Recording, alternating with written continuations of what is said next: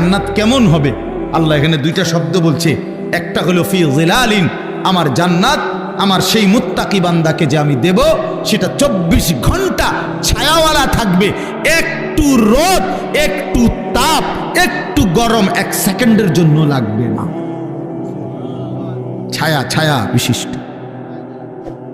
2 number হলো ওয়ায়ুন, আমার মুত্তাকি বান্দার জন্য জান্নাতে 24 ঘন্টা নহর নহর প্রবাহিত থাকবে। নহর কিসের নহর? 4টি নহর, মধুর নহর, মদের নহর, দুধের নহর, পানির নহর। আরো মজার কথা আমরা পড়ছি তাফসিরে, মানে 4টি নহর জান্নাতের মধ্যে। নহর বুঝেন মানে নদী, নদী, দুধের নদী, মধুর নদী, মদের নদী, পানির নদী বইতে থাকবে। কেরকম মনে করেন একটি নির্দিষ্ট জায়গায়, এরুম না, মনে করেন সব আছে কিন্তু ওইখানে আমনে ওইখানে মদ, দুধ, মধু, পানি ওইখানে আছে, যার যখনই লাগে ওখানে গেলেই পাইবেন। আল্লাহ তাআলা বলছে তাফসিরে আছে, না বান্দা, আমার জান্নাতি বান্দার জন্য সিস্টেমটা এমন না, বরং আমার বান্দা যখন যে অবস্থায় থাকবে, বসে থাকুক, দাঁড়িয়ে থাকুক, শুয়ে থাকুক, হাঁটতে থাকুক, এই রুমে থাকুক, ওই রুমে থাকুক, পূর্ব দিকে থাকুক, পশ্চিম দিকে, যখন যেখানে যে অবস্থায় থাকবে, আল্লাহর কসম কিতাবে আছে 24 ঘন্টা তার পাশ দিয়ে এই 4টা নহর বইতে থাকবে। এইটারে কয় ফি জান্নাতিন তাজরি মিন তাহতিহাল আনহার, এইটার অর্থ রে ও হ্যাঁ গিয়ে আমনে গিয়ে আনতে মতো তো আমি আমার বান্দারে কষ্ট দিম বুঝিয়ে কদ্দুর আড়াইয়া, তো এরাতে জান্নাত দিলাম কিতাম, বুঝেন নাই কথাটা? হে যদি গিয়ে আনতে হয়, হ্যাঁ গিয়ে খাইতে হয় পানি, মধু, দুধ, তো আমার বান্দারে জান্নাত দিলাম কই? হেতু কষ্টই দিলাম কদ্দুর। সুবহানাল্লাহ, সুবহান। হ্যাঁ, আরো মজার বিষয় আছে। এই 4টি নহর, এই দুধের নহর, মধুর নহর, মদের নহর, পানির নহর, এগুলো একসাথে থাকবে পরপর পরপর, কিন্তু মাঝখানে কোনো ওয়াল থাকবে না, কিন্তু একটা একটার সাথে মিশবে না। এই তো আমরা কিতাবে পড়ছি। আরো আছে এই পানির নহর, যেটা পানির নদী, এখানে ওই যে মাছ কিলবিল করবে, মাছ মাছ ভাসবে, আর মাঝে মাঝে সুন্দর সুন্দর মাছ মাথা আলগি দিয়া কে বলবে আতাকুলুনি ইয়া ওয়ালিয়াল্লাহ, হে আল্লাহর প্রিয় বান্দা, বন্ধু খাবেন? আতাকুলুনি অর্থ হলো খাবেন। তো জান্নাতি বান্দা বলবে হ্যাঁ খাবো। তো ও মাছ এবার জিজ্ঞেস করবে আমাতবিয়ান আম মাতবুখান আমাশবিয়ান আম মাতবুখান, ভুনা খাবেন না ঝোলওয়ালা খাবেন? মাশবি মানে লো ফ্রাই, ফ্রাই মানে ডাইরেক্ট বাজিনি, নাকি ঝোল সিস্টেম? কি খাবেন কন আপনারা, কন? আরে ভুনা খাবেন না ঝোলওয়ালা খাবেন, কন না কেন? মা জান্নাত চাইতে ক্ষতি নাই তো, আরে শরমের বিষয় নেই। মা জান্নাত মুমিনকে চাইতে বলছে না নবীজি? নবীজি জান্নাত চাইতেন কি না? কথা বলেন না কেন? রমজানে যে আমনে করে শিখায় না হুজুররা, যে রমজানে 4টা আমল বেশি বেশি করবেন। একটা হলো আপনার কালেমা শরীফ, লা ইলাহা ইল্লাল্লাহ, এই কালেমা বেশি পড়বেন। এরপরে ইস্তিগফার করবেন, জান্নাত চাইবেন, জাহান্নাম থেকে কি চাইবেন? পানাহ চাইবেন। তো জান্নাত বান্দা না চাইলে, জান্নাত তো আমাদের জন্য, জান্নাত মুমিনের জন্য, জান্নাত তো বানাইছেনই আল্লাহ তাআলা ইমানদারের জন্য। এই জন্য বলতে সমস্যা কি? তো এই জন্য ভুনা নাকি ঝোলওয়ালা, তো কি কইছেন আপনারা? ফ্রাই, ফ্রাই, হ্যাঁ মানে ভাজি আরই, ঠিক আছে, অসুবিধা নেই। তো মাছ সাথে সাথে ভুনা হয়ে যাবে, ফ্রাই হয়ে জান্নাতি বান্দার সামনে আসবে, বান্দা খাবে মজা কইরা, খাইয়া যখন শেষ, মাছটা আবার আগের মতো মাছ হয়ে আসতে থাকে। এবার মাছকে জান্নাতি বান্দা বলবে, কিরে ভাইয়া, হে মাছ, আমি না তোমারে এই মাত্র খাইলাম, তুমি যে আবার হইয়া লাইলা, কেমনে হইলা? এই তখন কি সুন্দর কথা কিতাবে লিখছে, মাছ তখন অবাক হইয়া বলবে, হে আল্লাহর বন্ধু, আপনি কি জানেন না এটা জান্নাত? এখানে আপনিও চিরস্থায়ী, আমিও চিরস্থায়ী। বুঝছেন? ওই যে খালিদিনা ফিহা, আবাদা, এটা তো শুধু মানুষ না, এখানে আমিও চিরস্থায়ী, আমনও চিরস্থায়ী। এখানে মাছেরও মরণ নাই, পাখিরও মরণ নাই, আমনেরও মরণ নাই। মৃত্যুকেই তো আল্লাহ তাআলা ফুলসিরাতের ওইখানে জবাই করে দিছে বেড়ার আকৃতিতে। কাজে মাছও মরবে না, আমনেও মরবেন না। আল্লাহু আকবার। আল্লাহ তৌফিক দান করেন। ইন্নাল মুত্তাকিনা ফি যিলালিন ওয়া উয়ুন। রব্বুল আলামিন বলে মুত্তাকি বান্দাগণ ছায়ার মধ্যেই থাকবে, ঝর্ণাধারার মধ্যেই থাকবে। ফাওয়াকিহা মিম্মা ইয়াশতাহুন, যখন যা চাইবে যাবতীয় কোটি কোটি ফল দ্বারা মেহমানদারি করা হবে। ফাওয়াকিহ, অগণিত ফলমূল দ্বারা বান্দার চাহিদা মতো আমি আল্লাহর পক্ষ থেকে মেহমানদারি করা হবে। অন্য আয়াতের মধ্যে আছে আল্লাহ বলে, বান্দা তুমি যা চাইবে আমি তাই তো দেবই জান্নাতে। কিন্তু আমি তো জানি বান্দা তুমি চাইবাই আর কয়টা, তুমি জানোই কয়টা। আপনারে যদি বলে ফল খাবেন, কি ফল খাবেন বলেন, আপনি কয়টা নাম বলতে পারবেন? আপনারে যদি বলে গোশত খাবেন, কি গোশত খাবেন আপনি জানেনই কয়টা, বলবেন কয়টা?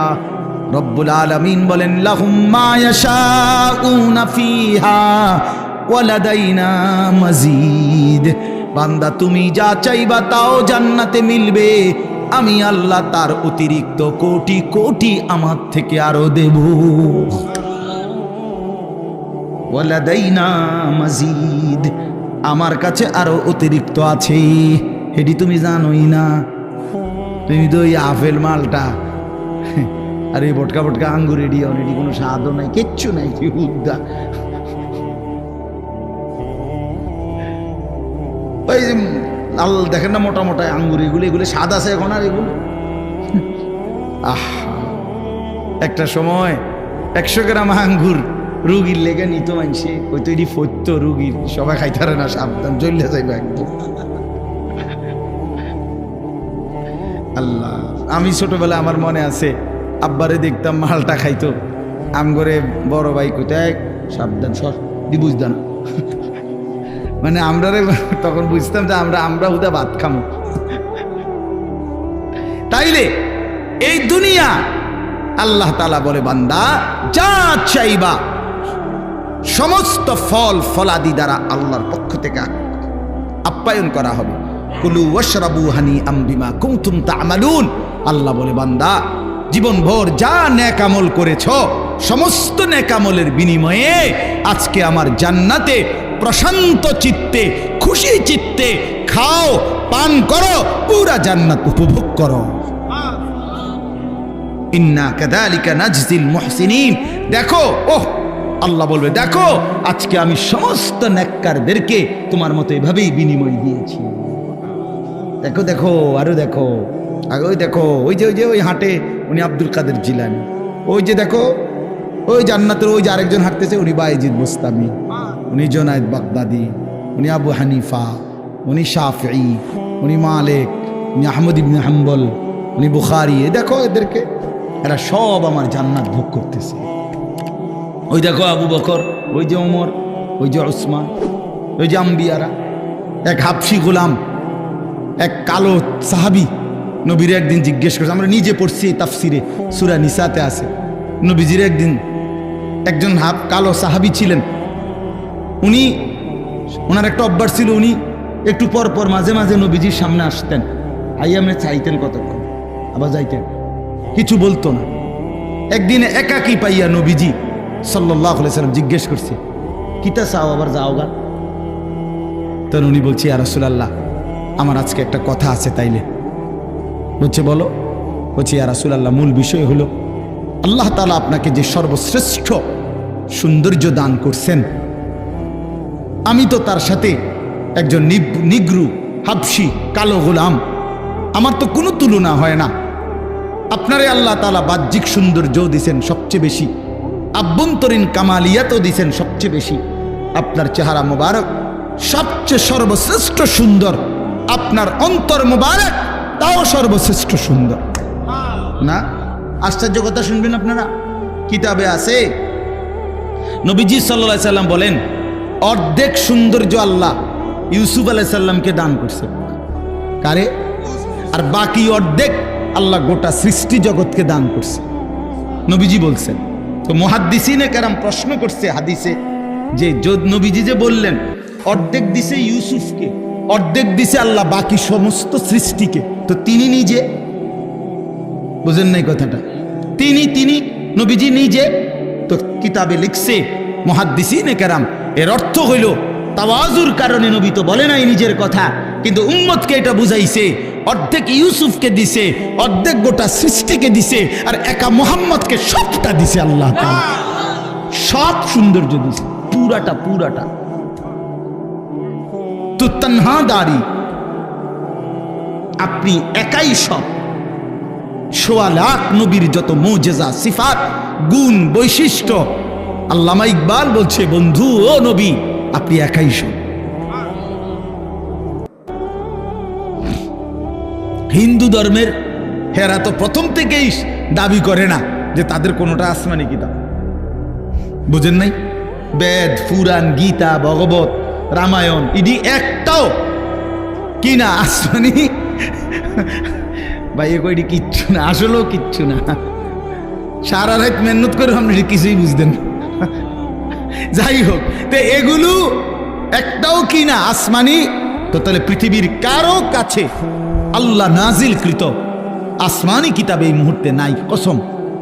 কিন্তু আল্লাহ তাআলা 1450 বছর আগে, 1500 বছর আগে নবী সাল্লাল্লাহু আলাইহি সাল্লামের উপরে যেই অক্ষরে, যেই শব্দে, যেই বর্ণে, যেই বিন্দুতে কোরআনুল কারীম নাজিল করেছেন, গোটা পৃথিবী আসমান আর জমিনের মধ্যে কোরআনুল কারীম ঠিক হুবহু সেই রকমই আছে।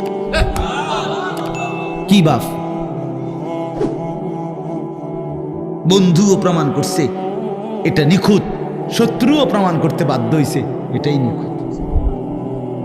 কোন দুশ্মনের, কোন কাফের বেঈমানের গবেষণাতেও কোরআনুল কারীমের কোন শব্দ ভুল প্রমাণিত যে এই শব্দটা আলগা ঢুকাইছে এমন নাই। হ্যাঁ, আমি তো অনেক সময় বলি ওই যে অনেক গাড়ি আছে, জ্যাকেট আছে, বুলেট প্রুফ কয়, অর্থাৎ এটার মধ্যে গুলি করলে বুলেট ঢোকে না। ফায়ার প্রুফ অনেক জিনিস আছে, কাগজ বা কোনো জিনিস, অর্থাৎ এটার মধ্যে আগুন লাগলে পড়ে না। ওয়াটার প্রুফ জিনিস আছে, অর্থাৎ এটার মধ্যে ফানি লাগলে ভিজে না, এরকম কাগজ। মনে করেন লেমিনেটিং করা কাগজ, এটার মধ্যে ফানি লাগলে ভিজে না, ভিতরটা ভিজে না। ওয়াটার প্রুফ কয় এটারে, মানে পানি ভিজে না, আগুন পড়ে না। ঠিক আল্লাহ তাআলা বলেন আমি রব্বুল আলামিন এই কোরআন নাজিল করেছি সমস্ত ভুল থেকে, সমস্ত অন্যের কোন সংযোজন বিয়োজন থেকে প্রুফ করে। এখানে হাজার কোটি চেষ্টা করো, একটি অক্ষর, একটি জের জবর কেউ চেষ্টা করে ঢুকাইতেই পারবে না। লা ইয়াতিহিল বাতিলু মিন বাইনি ইয়াদাইহি ওয়ালা মিন খালফি।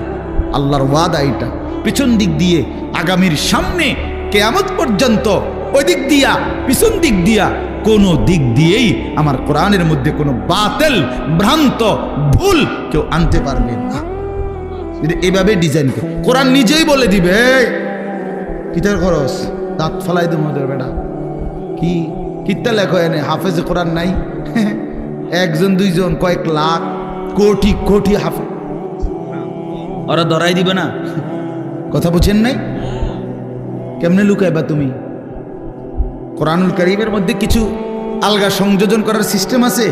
হাফেজের কলিজার থেকে সরাবে কেমনে? কলিজার থেকে সরাবে কিভাবে?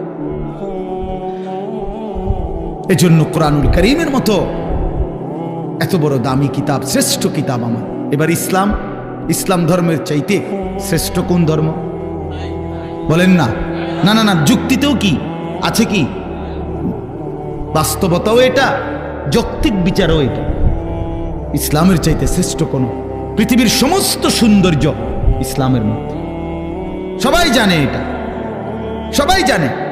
নবীজির তরিকা, নবীজির কোন সুন্নাত বিশ্বাস করেন আল্লাহর কসম, আমাদের প্রিয় নবী সাল্লাল্লাহু আলাইহি সাল্লামের কোন একটি ছোট্ট সুন্নতের মোকাবেলায়ও সারা পৃথিবীর কারো কোনো মডেল, ডিজাইন এক চাইতে সুন্দর আজকের এই দিন পর্যন্ত প্রমাণিত হয় নাই। হয় নাই। হ্যাঁ হ্যাঁ, দাড়িওয়ালা চেহারা এটাই সুন্দর, দাড়িবিহীন চেহারা পৃথিবীর কোনো গবেষণায় সুন্দর প্রমাণিত হয় না।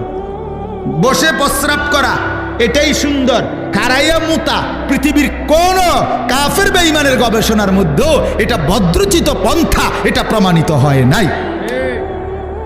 যা সুন্নত তা সুন্দর, যা রাসূলুল্লাহর তরিকা, যা ইসলাম তাই শ্রেষ্ঠ, তাই শ্রেষ্ঠ। অতএব এবার বলেন চারটি নিয়ামত হইল কয়টা? আল্লাহ আমার রব, তিনি সর্বশ্রেষ্ঠ। মুহাম্মদ সাল্লাল্লাহু আলাইহি সাল্লাম আমার রসুল, তিনি সর্বশ্রেষ্ঠ। কোরআন আমার কিতাব, এটা সর্বশ্রেষ্ঠ।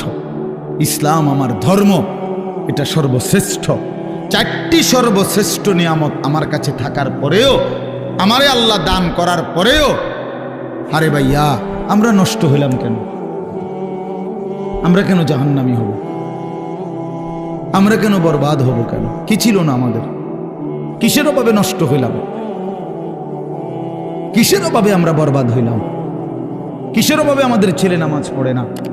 কিসের অভাবে আমাদের মেয়ে পর্দা করে না? কিসের অভাবে আমাদের হারাম রোজগারে জিন্দেগি কাটে? কেন? মানে আমি জানতাম না, আমাদের যেহেতু কোনো কিতাব নাই, অতএব আমরা হালাল হারাম জানতাম না, এই কারণে। কথা বলেন না? কেন সুদ খায়?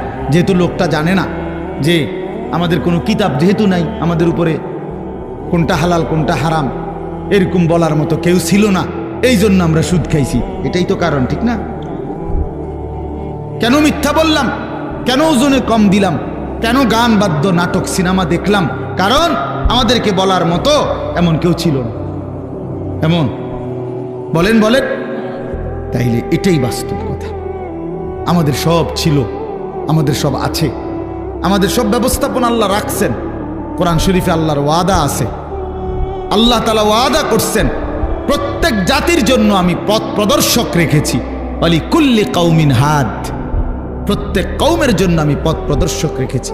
সারা সর্বত্র প্রতিটা মানুষের কাছে আল্লাহর দ্বীন পৌঁছাবার মতো ব্যবস্থাপনা আল্লাহ তাআলা রাখছেন। পৃথিবীতে যেখানে হযরত মাওলানা জুলফিকার আহমদ নকশবন্দি দামাত বারাকাতুহুম বলেন যে পৃথিবীতে যেখানে সূর্য ডুবার পর, পৃথিবীতে এমন দেশ আছে যেখানে সূর্য ডুবলে, আমাদের মনে করেন এখানে সূর্য ডুবলে পরবর্তী আরো প্রায় 11-12 ঘন্টা পরে আবার কি উঠে? সূর্য উঠে, ঠিক না? পৃথিবীতে এমন দেশ আছে যেখানে সূর্য ডুবলে 3 ঘন্টা পরে, 2-3 ঘন্টা পরেই আবার সূর্য উঠে যায়। এই হলে রাত্র অল্প কদ্দুর। হ্যাঁ, এরকম দেশেও হযরত বলেন আমি গিয়েছি, উনি পাকিস্তানের একজন বড় বুজুর্গ, উনি বলেন আমি সেই দেশেও গিয়ে দেখছি সেখানেও কালেমার প্রচার, ঈমান ইসলামের প্রচার, কালেমার দাওয়াত চলতেছে।